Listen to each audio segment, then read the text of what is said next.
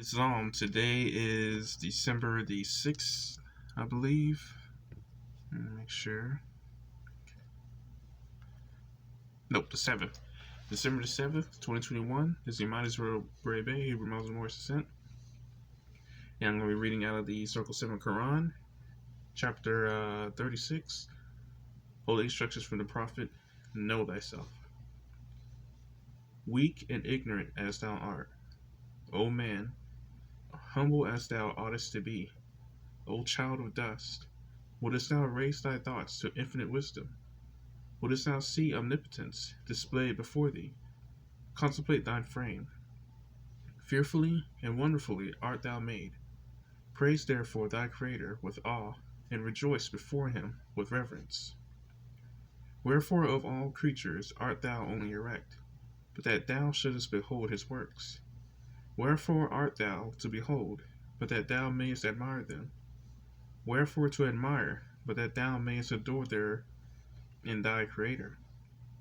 Wherefore in consciousness reposed on thee alone, and whence is it derived to thee?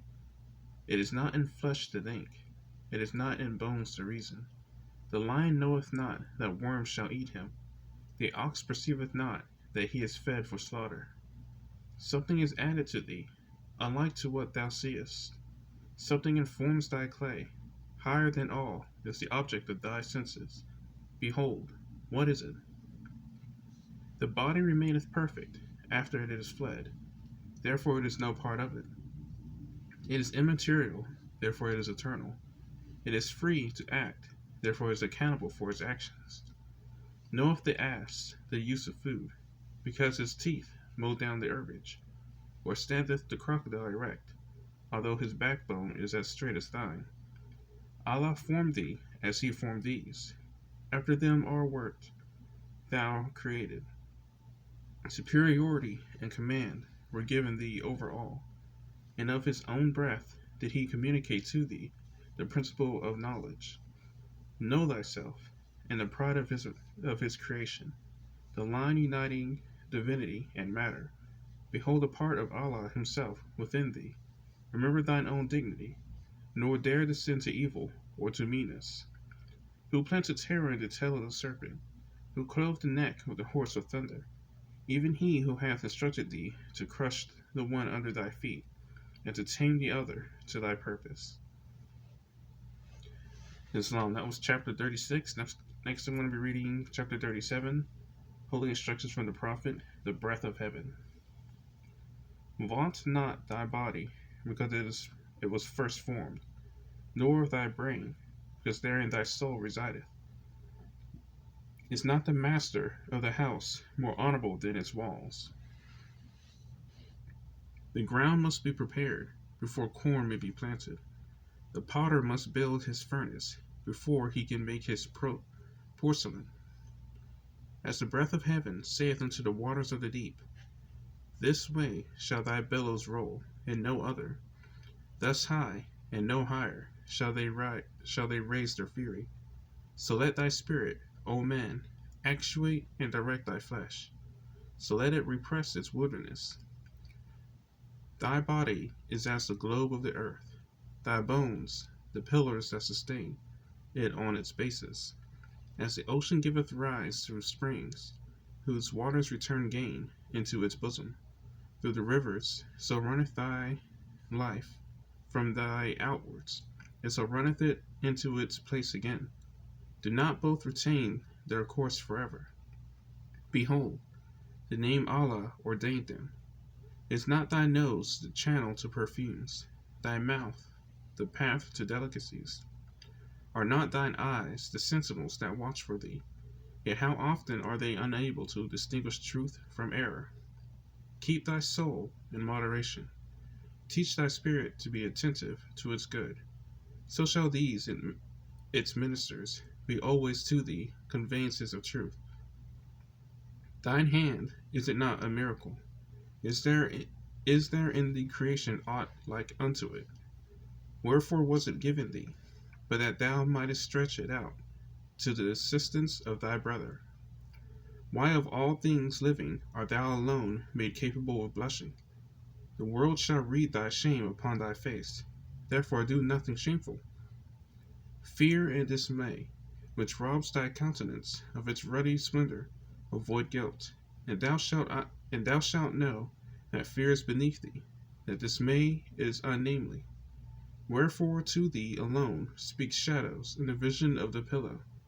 Reverence them, for know that dreams are from on high. Thou man alone canst speak.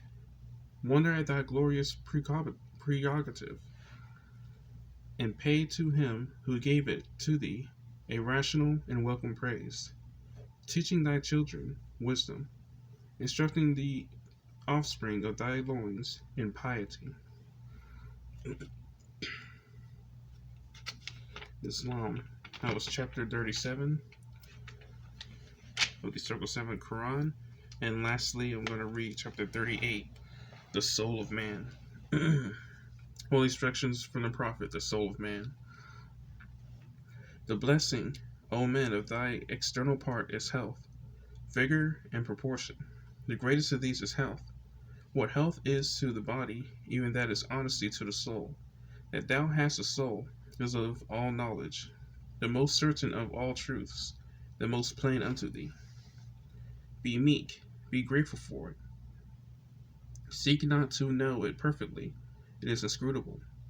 Thinking, understanding, reasoning, willing, call not these the soul. They are its actions, but they are not its essence. Raise it not too high, that thou be not despised. Be not thou like unto those who fall by climbing, neither debase it to the sense of brutes, nor be thou like to the horse and the mule, in whom there is no understanding. Search it by its faculties, know it by its virtues. They are more in number than the hairs of thy head. The stars of heaven are not to be counted with them. Think not with Arabia that one soul is parted among all men. Neither believe thou with the sons of Egypt, that every man hath many. Know that thy heart, so also thy soul, is one. Doth not the sun harden the clay? Doth it not also soften the wax? As it is one sun that worketh both, even so it is one soul with contraries. As the moon retaineth her nature, though darkness spread itself before her face as a curtain, so the soul remaineth perfect, even in the bosom of a fool. She is immortal, she is unchangeable, she is alike in all. Health calleth her forth to show her loveliness, and application anointeth her with the oil of wisdom. Although she shall live after thee, think not she was born before thee. She was created with thy flesh, and formed with thy brain. Justice could not give her to thee, exalted by virtues, nor mercy deliver her to thee, deformed by vices. These must be thine, and thou must answer for them. Suppose not death can shield thee from examination. Think not corruption can hide thee from inquiry. He who formed thee of thou knowest not what. Can he not raise thee from thou knowest not what again? Perceiveth not the cock the hour of midnight? Exalteth he not his voice to tell thee it is morning?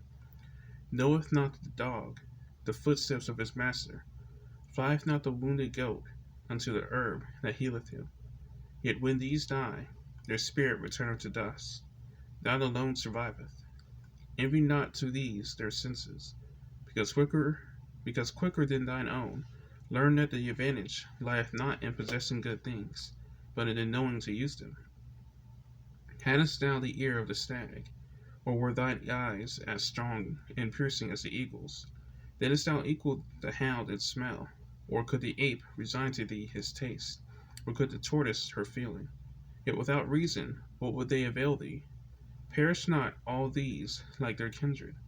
Hath any of them the gift of speech? Can any say unto thee, Therefore did I do? The lips of the wise are as the doors of a cabinet. No sooner are they opened, but treasures are poured out before thee. Like unto trees of gold, arranged in beds of silver, are wise sentences uttered in due season. Canst thou think too greatly of thy soul, or can too much be said in its praise? It is the image of him who gave it. Remember, thou its dignity forever. Forget not how great a talent is committed to thy charge. Whatsoever may do good, may also do harm. Beware that thou direct its course to virtue. Think not that thou canst lose her in a crowd. Suppose not that thou canst bury her in thy closet. Action is her delight, and she will not be withheld from it. Her motion is perpetual. Her attempts are universal. Her agility it is not to be suppressed. Is it at the uttermost parts of the earth? She will have it. Is it beyond the regions of the stars? Yet will her eye discover it. Inquiry is her delight. As one who traverseth the burning sands in search of water, so is the soul that thirsteth after knowledge. Guard her, for she is rash. Restrain her, for she is irregular. Correct her, for she is outrageous. More supple is she than water, more flexible than wax, more yielding than air. Is there aught that can bind her? As a sword in the hand of a madman, even so is the soul to him who wanteth discretion. The end of her search is truth. Her means to discover it are reason and experience. But are not these weak, uncertain, and fallacious? How then shall she attain unto it? General opinion is no proof of truth, for the generality of men are ignorant. Perception of thyself, the knowledge of him who created thee, the sense of worship thou owest unto him, are not these plain before thy face? And behold, what is there more that men needeth to know? Islam. And that was chapter 38, The Soul of Man. Today again is December the 7th, 2021, and this was Imam Arrington-Bey, Hebrew Muslim Voices in Islam.